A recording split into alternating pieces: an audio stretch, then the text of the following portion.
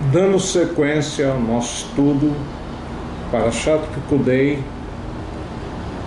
estamos na aula de Yom Shlishi, terça-feira,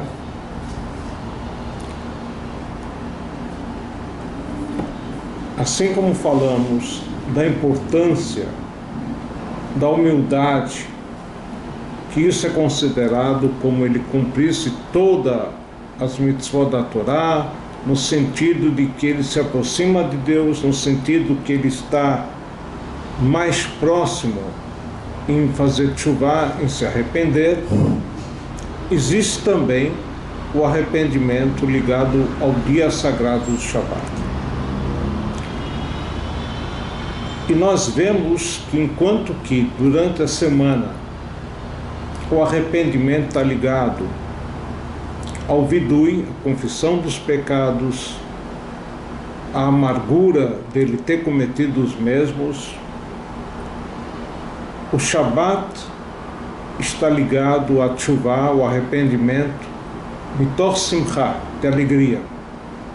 A pessoa reza com mais convicção, canta para Deus, louvores a Deus, estuda a Torá mais tempo, veste suas melhores roupas, come 3 refeições, reza com o público, enfim. Ele se envolve o dia todo do Shabat em coisas prazerosas em nome de Deus. Então, quando a pessoa consegue ter esses pensamentos positivos no Shabat e se dedicar ao Shabat de corpo e alma, como dizem nossos sábios no Zohar HaKadosh, que no Shabat, Yom HaShvi, Shabat vai nafash. A palavra vai nafash não significa apenas descanso, mas vem da palavra nefesh. A pessoa, ela recebe um reforço de alma espiritual para poder servir a Deus com mais convicção no dia sagrado do Shabat.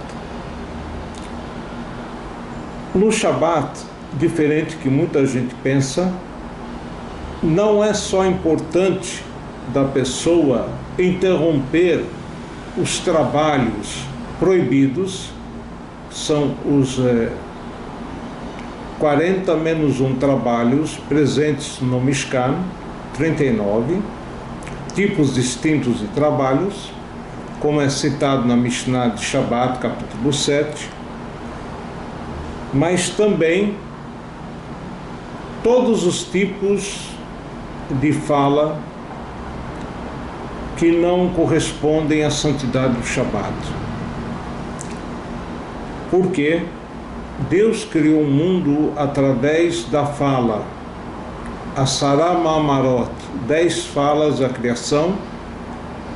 Como nós, no Shabat, queremos nos assemelharmos ao Criador, devemos interromper nossas falas, não só de coisas proibidas, mas também de coisas comuns, enfim, não são apropriadas para serem faladas no Shabat. Então a pessoa pensar que Shabat foi dado no sentido de rezarmos a Deus com mais convicção, mais tempo, enfim, e principalmente estudarmos a Sagrada Torá. Aqui nós voltamos às leis do Shema Israel. Estamos no capítulo 2.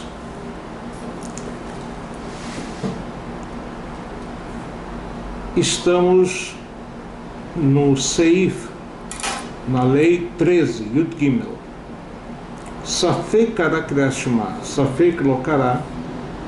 Se ele está com dúvida se ele fez ou não a leitura do Shema, coitado de nós que temos essa dúvida na cabeça. Como é difícil entender uma pessoa que o envolvimento dele durante a leitura do Shema é tão grande e ele consegue ter dúvida se ele falou ou não. Mas de qualquer forma, a lei é Roser Vekoré. ele volta, efetua a leitura, já que é uma mitzvah da Torá, e ele não tem certeza se o fez, tem que fazer de novo. O mevarer, lefanea ou lecharea, inclusive com brachot. Sobre isso nem todo mundo concorda, porque safek brachot lekel, dúvida se eu realizei ou não uma bênção, eu não devo repetir a bênção, mas o Shema sozinho tem que ser dito. A mesma dúvida pode ocorrer em relação a uma outra situação.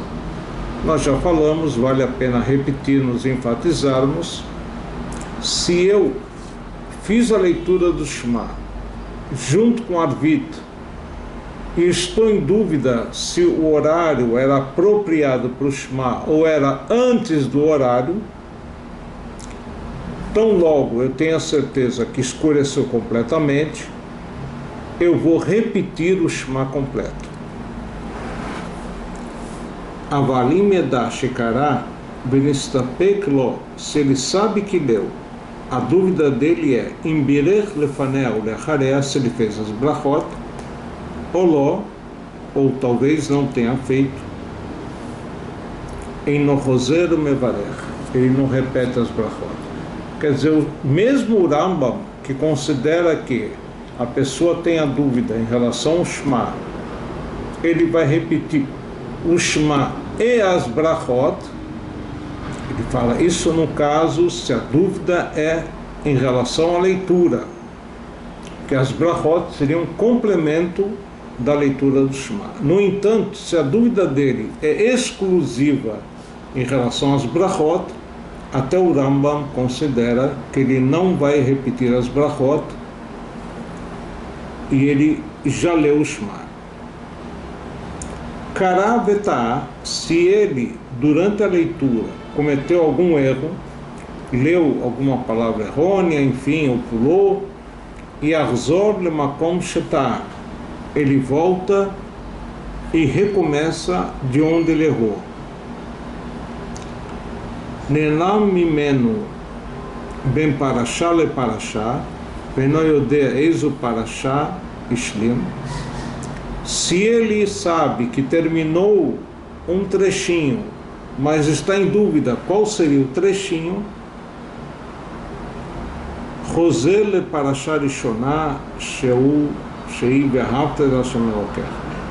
Se a dúvida dele é tão grande que pode ser que ele errou no meio da primeira parashá, ele volta para o início da primeira parashá.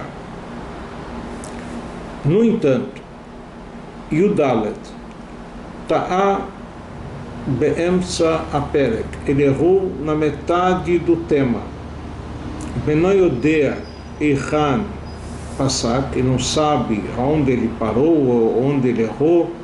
Rosé lerosh aperek, volta para o início daquele perek. Por exemplo, ele sabe que ele estava lendo Verhayen Shamoa e sabe que errou alguma coisa ou que pulou alguma coisa eventualmente. Ele vai voltar para o começo do Verhayen Shamoa. Hayakore Uchtavtan Veno Yodeim Hubi Uchtavtan Shel Shema ou Shel Verhayen Shamoa. Ele estava lendo Uchtavtan, não sabe se o primeiro na Parashat Shema ou no Verhayen Shamoa. Ele volta para a leitura de Uchtavtan de Shema, pode ser que ele estava lá, enfim, por dúvida volta por essa parte. Venistapek lo Hashekara lemanirbu mechem, se a dúvida dele surgiu quando ele falou o final do segundo trecho, lemanirbu mechem, ele não volta e vai adiante. Por quê?